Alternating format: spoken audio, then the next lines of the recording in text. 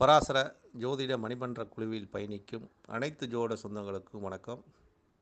தென்காசி சவுந்தர் அவர்களுக்கு வணக்கம். கேள்வியில் எங்களுக்கு கொஞ்சம் ஷார்ட்டாக கேளுங்க ஐயா. பெரிய ஒரு ஐயர் லிஸ்ட் எழுதி கொடுத்த மாதிரி அப்படியே நிறைய எழுதி வச்சிட்டீங்க. அப்போ ஒரு கேள்விக்குள் பல அர்த்தங்கள் உள்ளது, ஒரு கேள்விக்குள் பல விளக்கங்கள் உள்ளது என்பது நிதர்சனமான உண்மை. ஆனால் நீங்கள் இங்கே கேட்ட கேள்வி கேதுவின் தன்மையை பற்றி ஒரு கேள்வி கேட்டுக்கிறீங்க. கேதுவின் நட்சத்திரத்தில் செய்வினை தோஷத்தை சொல்கிறது என்கிறார்கள். இதன் தன்மை எவ்வாறு அமைகிறது? இது பாதிப்பை தருமா? அப்படி பாதிப்பை தரும் என்றால் ஜோதிட விதிப்படி ஒரு கிரகம் தன் தசா காலங்களில்தான் அது தன்மையை தரும் என்பது நாம் உணர்கிறோம். அதுதான் உண்மை. அப்போ கேதுங்கிறது எந்த மாதிரி ஒரு நிலைப்பாட்டை கொடுக்கும் ஜாதகத்துக்கு என்பதை நாம் அனுபவ ரீதியாகவும் அந்த ஜாதகத்துக்கு கேதுவோட தசா காலங்கள் நடக்கக்கூடிய ஒரு ஜாதகத்தையும் பார்க்கும்போது நமக்கு தெரியும். உதாரணத்துக்கு எனக்கு கேள்விக்கு வந்த ஜாதகம் யூடியூப்பில் எனக்கு ஒரு கேள்விக்காக வந்த ஒரு ஜாதகம் தான். அவங்க கேட்டிருந்தாங்க, டைமு டேட் ஆஃப் பர்த்லாம் கொடுத்துருக்காங்க. 11/8/1999 3 மணி 45 நிமிஷம் ஏஎம் ராயவேலூரில் பிறந்திருக்காரு. இவர் ரமேஷ்குமார் என்பவர் இந்த கேள்வி கேட்டிருக்கார். அவருக்கு அவர் பிறந்த லக்கினம் என்று பார்க்கும்போது மிதுன லக்கினம். அவரோட ராசி என்பது கடக ராசி, ஆயிலிய நட்சத்திரம். ஆயிலிய நட்சத்திரம் ஆயிலி 1ஆம் பாதத்திலே இருக்குதுன்னு வச்சிங்களேன். அவருக்கு 8ஆம் இடத்துல கேது, 2ஆம் இடத்துல ராகு. ராகு வாங்கின புள்ளி பார்த்திங்கன்னா ஆயிலி சாரம். அதேமாதிரி கேது வாங்கின புள்ளி பார்த்திங்கன்னு வச்சுக்கோங்க சந்திரனோட சாரம். திருவோணம் 3இல் கேது இருக்குதுன்னு வச்சிங்களேன். நவாம்சத்தில் போய் கேது லக்கணத்துக்கே வந்துடுறார் அப்படிங்கிற ஒரு தன்மை. அந்த ஜாதகர் ஒரு ஆண் ஜாதகர். அவர் சொன்ன விஷயங்கள் பார்த்திங்கன்னா ஆயிலி நட்சத்திரத்தில் பிறக்கும்போது ஆயிலி முதல் பாதத்திலே பிறந்தனால அவருக்கு புதன் மகாதிசை முழுசுமே இருக்குது. 16 வருஷம் 7 மாதம் 8 நாள் புதன் மகாதிசை. அதுக்கப்புறம் அவருக்கு கேது திசை இருக்குது பார்த்திங்களா. அவர் சொல்லக்கூடிய வார்த்தைகளை பாருங்கள். 10 வருடமாக அவருக்கு வயசு இப்போ 25 வயசு 3 மாதம் 3 நாள் ஆகுதுன்னு வச்சுங்களேன். 10 வருடமாக அவர் நான் கஷ்டத்தை பட்டு கொண்டு பெரிய ஒரு கஷ்டத்தையும் துன்பத்தையும் துயரத்தையும் பட்டு கொண்டு இருக்கிறேன். அதாவது உடல் ரீதியாகவும் கஷ்டம், மன ரீதியாகவும் கஷ்டம், எனக்கு வேலையும் இல்லை, மன பாதிப்பு வந்துருச்சு. இதனால் என்னால் வாழ முடியுமா என்கிற ஒரு கேள்வியை அவர் வச்சுருக்காருன்னு வச்சுங்களேன். பெரிய கேள்வி அவர் கேள்வி. அவருக்கு அப்போ தான் ஆய்வு சொல்லி அவருக்கு ஒரு பதிவு போட்டேன்னு வச்சுங்களேன். ஏன்னா யூடியூப்பில் வந்தது தான்.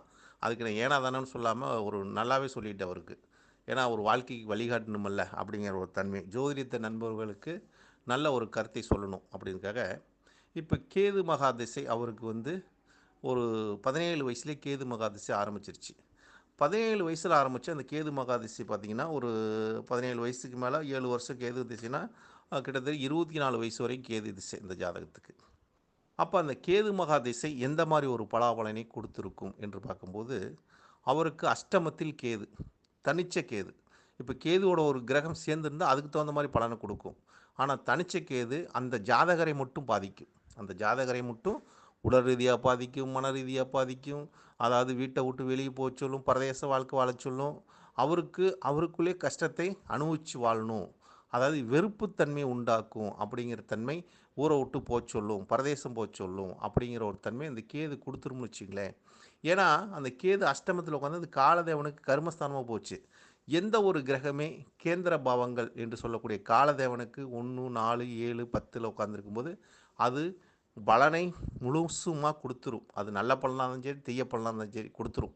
அப்படி இவருக்கு 8ஆம் இடம், லக்கணத்துக்கு 8ஆம் இடத்துல கேது உட்காந்து தசையை நடத்தியிருக்காரு. அது கர்மக்காரன். வீடு கொடுத்தவன் போய் நீசமாயிட்டான். எங்கே போய் நீசமாயிட்டான்? அந்த ஜாதகத்தை நீங்கள் எடுத்து வச்சுக்கோங்க. நான் டைம் சொல்லியிருக்கேன், போட்டு பார்த்துக்குங்க.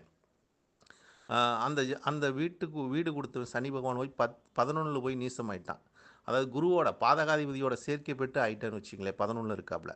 அப்போ அந்த சனி பகவானோட பார்வை பார்த்திங்கன்னு வச்சுக்கோங்க, நேராக அவரோட வீட்டை பார்க்குறாரு. 10ஆம் பார்வையாக, கர்ம பார்வையாக. அப்போ அந்த திசை நடக்குது அவருக்கு. கேது மகா திசை நடக்குது. அப்போ 2ல் உட்காந்த கிரகம் 4 கிரகம் கேதை பார்க்குது. சூரியன் பார்க்குறான், சந்திரன் பார்க்குறாப்புல, புதன் பார்க்குது, ராகுவும் பார்க்குறாரு. அப்போ அந்த 4 கிரகம், அதாவது சனியோடு சேர்ந்து 5 கிரகமும் அந்த வீட்டுக்குள்ளேயும் பார்க்கறதுனால அந்த கேது மகாதிசை அனைத்து நிலையிலும் ஒரு கஷ்டத்தை கொடுத்துச்சு அப்படிங்கிற ஒரு தன்மை. இது நான் இன்று காலை அனுபவத்தில் பார்த்து உணர்ந்த ஒரு நிலைப்பாட்டை உங்களிடத்தில் பதிவு செய்கிறேன்னு வச்சுக்கங்களேன். ஏன்னா, நீங்கள் கேட்ட கேள்வி அந்த ஜாதகத்தை சார்ந்து வந்துருச்சு அப்படிங்கிறது. அதே மாரி ஒரு கேது பகவான் எந்த கிரகத்தோட சேர்ந்து இருக்குதோ அதோட பாதிப்பையும் குடுப்பார். அதேமாரி கேது பகவானோட சாரத்தில் எந்த கிரகம் அமர்ந்தாலும் அந்த தசாகாலங்கள் நடக்கும்போது அது ஒரு பாதிப்பை கொடுக்கும். ஆனால் அந்த வீட்டுக்குடையன் ஆட்சி, உச்சம், சுபத்திரமை இருந்துச்சுன்னா பாதிப்பு குறையும் என்பது ஒரு சாஸ்திரம் சொல்லப்பட்ட அனுபவத்தில் பார்த்த உண்மை. இப்போ பார்க்கும்போது அடுத்த ஜாதகத்தை பார்க்கும்போது, இப்போ கேது பகவானுக்கு பார்த்தீங்கன்னா, குருவோட சேர்க்கை. இப்போ குருவோட கேது சேர்ந்தா என்ன கேல யோகம்னு சொல்றோம். கோடீஸ்வர யோகம்னு சொல்றோம். ஆனா, கேது பகவான் வந்து எப்பொழுதுமே ஒரு ஞானத்த குடுக்கக்கூடிய கிரகம் தான்.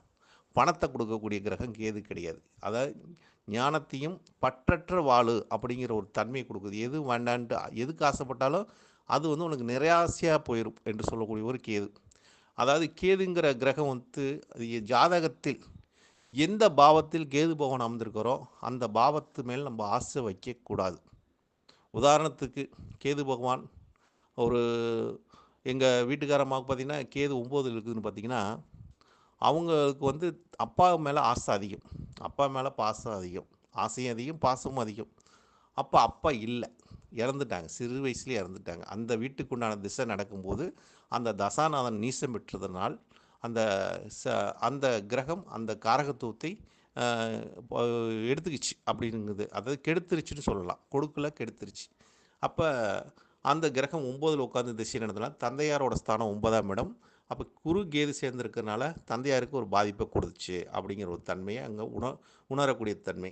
அதேமாரி கேதுங்கிற கிரகம் எந்த ஜாதகத்திலுமே ஒரு குடும்பஸ்தானத்தில் போய் கேது உட்கார்ந்தா, அந்த ஜாதகர் குடும்பத்து மேல் அதிக அளவில் ஆசை வைக்கக்கூடாது.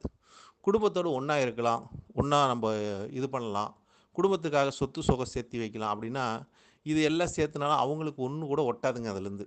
குடும்பத்து மேலே இவங்க இவங்க வேணால் பாசத்தை வைக்கலாம். ஆனால் அவங்களுக்கு அந்த பாசம் ரிட்டர்ன் கிடைக்காது அப்படிங்கிற தன்மை. நான் செஞ்சேனே, நான் பண்ணுனேன், உங்களுக்கெல்லாம் அதெல்லாம் செஞ்சு கொடுத்தனே, எனக்கு ஏன் கிடைக்கல அப்படின்னா, அந்த வெறுப்புத்தன்மையை உண்டாக்கி வெறுமையாக்கி விட்டுரும் அப்படிங்கிற தன்மை அந்த கேது கொடுத்துருவார். இப்போ இதே ஒரு கேது பகவானும் சுக்கிர பகவானும் சேர்ந்து காலதேவனுக்கு ஒரு 7ஆம் இடத்தில் இருந்துச்சுன்னு வச்சுக்கோங்க, கலசர ஸ்தானம் என்று சொல்லக்கூடிய இடத்துக்கு இருந்துச்சுன்னா, அந்த கேது வந்து என்ன பண்ணும், ஒரு பெண்ணோட வாழ்க்கை என்று சொல்லக்கூடிய வாழ்க்கையை, அதாவது அது அந்த கேது வந்து வெறுப்புத்தன்மை மனதில் வந்து வெறுப்புத்தன்மை உண்டாக்கிறது. அதாவது கணவர் மேலே ஒரு ஆசையை வச்சு ஒரு வாழலாம்னா, கணவர் கூட நம்ம சந்தோஷம் போகலான்னா, அந்த சந்தோஷத்தை கொடுக்காது இந்த கேது. வெறுப்புத்தன்மையை கொடுத்து, அந்த பிரிவை கொடுத்து, ஒரு கசப்பை கொடுத்து, அவங்க வாழ்க்கைக்கு ஒரு இனிப்பில்லாத வாழ்க்கை, ஒரு வெள்ளை சீலை ஒவ்வொருத்தர் சொல்லுவாங்க, அந்த பெண் தனிச்சு வாழணும் அப்படின்னு தனிமையை வாழக்கூடிய தன்மையாக, இல்லாட்டி ஆன்மீகத்தை சார்ந்து வாழக்கூடிய தன்மையாக, இல்லாட்டி கிறிஸ்துவ மதத்தில் சேரக்கூடிய தன்மையாக, இவங்க அந்த நிலைப்பாட்டை உணர வைக்குது இந்த கேது பகவான். அப்ப ஒரு சுக்கிரன்ங்கிறது பெண். அந்த பெண் தன்மையை அவங்க வந்து முழுமையாக அந்த நிலைப்பாட்டை குடுக்காமல், அதை கெடுக்கக்கூடிய தன்மை அந்த கேதுக்கு உண்டு.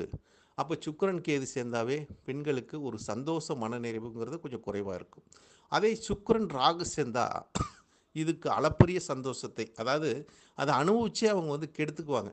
அதில வெறுப்புத்தன்மை உண்டாக்கி, அதுக்கு பிரச்சனை உண்டாக்கி, அவங்க அதனால ஒரு உடல் ரீதியா ஒரு பாதிப்பு அடைஞ்சு, அதிலிருந்து அவங்க வெளிய வரக்கூடிய தன்மை, அது வெளிய வராம உடல் ரீதியா பாதிப்ப குடுத்து நசுங்கி ஆள ஒண்ணுக்கு இல்லாத ஆக்கக்கூடிய தன்மை சுக்கிரன், ராகு. அப்போ ஒரு ஆணுக்கும் சரி, பெண்ணுக்கும் சரி, சுக்கிரன் சுக்கிரன் கூடயோ, ராகு கூடயோ சுக்கிரனோட ராகு, கேது சேர்க்கை இல்லாம இருப்பது ஒரு சிறப்பு. இது கூட சேர்ந்தா ஆணுக்கு சிறப்பில்ல, பெண்ணுக்கு சிறப்பில்லை என்ற ஒரு கருத்தை நாம் முன்வைக்கலாம் ஜாதகத்தில். அதேமாரி சுக்கிரன் ஒரு ஜாதகத்தில் 5ஆம் இந்த கேது பகவான், ஏன்னா கேத பத்தி தான் நம்ம பேசுறோம். கேது பகவான் ஒரு ஜாதகத்தில் 5ஆம் இடத்துல இருந்தா, அவங்க வந்து அந்த 5ஆம் இடங்கிறது வந்து குழந்தையை குறிக்கக்கூடிய இடம், புத்திரத்தை குறிக்கக்கூடிய இடம். அதில் வந்து நம்ம குழந்தைகள் மேல் அதிக அளவுக்கு ஆசை வச்சிருந்தா, அந்த ஆசை அந்த குழந்தைகள் அந்த பெற்றோர்களுக்கு வெறுப்பை தான் கொடுக்கும் ஒழிய, ஒரு அன்பை கொடுக்கறதுக்கு வாய்ப்பில்ல. ஏன்னா, நான் அனுபவத்தில் பார்த்த ஒரு நிலைப்பாடு பார்த்தீங்கன்னு வச்சுக்கங்க, அதாவது பூர்வமுனியம் என்று சொல்லக்கூடிய 5ஆம் இடம் குழந்தைகளை குறிக்கக்கூடிய அந்த குழந்தைங்களுக்கு சொத்து சுகத்தை கொடுத்த அந்த பெற்றோர்களுக்கு கடைசியில் அந்த குழந்தைகள் பெற்றோர்களுக்கு கொடுத்த இடம் எதுன்னு பார்த்தீங்கன்னா, அநாத ஆசிரமத்தில் கொண்டு சேர்த்துக்கிட்டாங்க. பணத்தை செலவு பண்ணி நீங்கள் அநாத ஆசிரமத்தில் இருங்க அப்படின்னு சொல்லி, அவங்களுக்கு 4 குழந்தைகள் இருக்குது. 4 குழந்தைங்களும் தாயாரை நடுத்தெருவில் விட்ட கதையை, தாய் தந்தையரை நடுத்தெருவில் விட்டு அவங்க வந்து காப்பகத்தில் சேர்த்துற ஒரு நிலையில் இருக்குது. ஏன்னா சொத்து சுகம் பிள்ளைகள் மேலே அவங்க மாற்றி எழுதி வச்சுட்டாங்க. மாற்றின எழுதினதுக்கப்புறம் இவங்களுக்கு அவங்களோட வாழ கொடுப்பனை இல்லாமல் அவங்களுக்கு வெறும் நிலையாக்கி விட்டுருச்சு. தனியாக ஒதுக்கிட்டாங்க, ஒதுக்கி வச்சுட்டாங்க அப்படிங்கிற ஒரு சந்தோஷத்தை கொடுக்காது. கேதுங்கிற கிரகம் ஒரு சந்தோஷத்தை கொடுக்காதுங்கிறது அனுபவ ரீதியாக பார்த்த உண்மைதான். அதே மாதிரி கேது அமர்ந்திருக்கிற ஜாதகத்தில் எந்த ஜாதகம் வந்தாலும் கேது அமர்ந்திருக்கிற இடத்துல நம் ஆசையை அங்கே வைக்கக்கூடாது. அது ஒரு ஞானத்தை கொடுக்கக்கூடிய கிரகம். அந்த கிரகம் நமக்கு நல்ல ஒரு ஆற்றலை கொடுக்கும், பேராற்றலை கொடுக்கக்கூடிய கிரகம் அதுதான். அது மேல் நம்ம எதை எதிர்பார்க்காம இருந்தோமா நமக்கு நல்ல ஒரு பயனை கொடுக்கும், நல்ல ஒரு பலனையும் கொடுக்கும். அதை நம்ம எதிர்பார்த்தோமா கொடுத்து நம்மளைய ஒன்றுக்கு இல்லாமல் ஆக்கி வெறுமனாக ஆக்கி நம்மளை விட்டுரும் அப்படிங்கிற ஒரு தன்மை இருக்குது.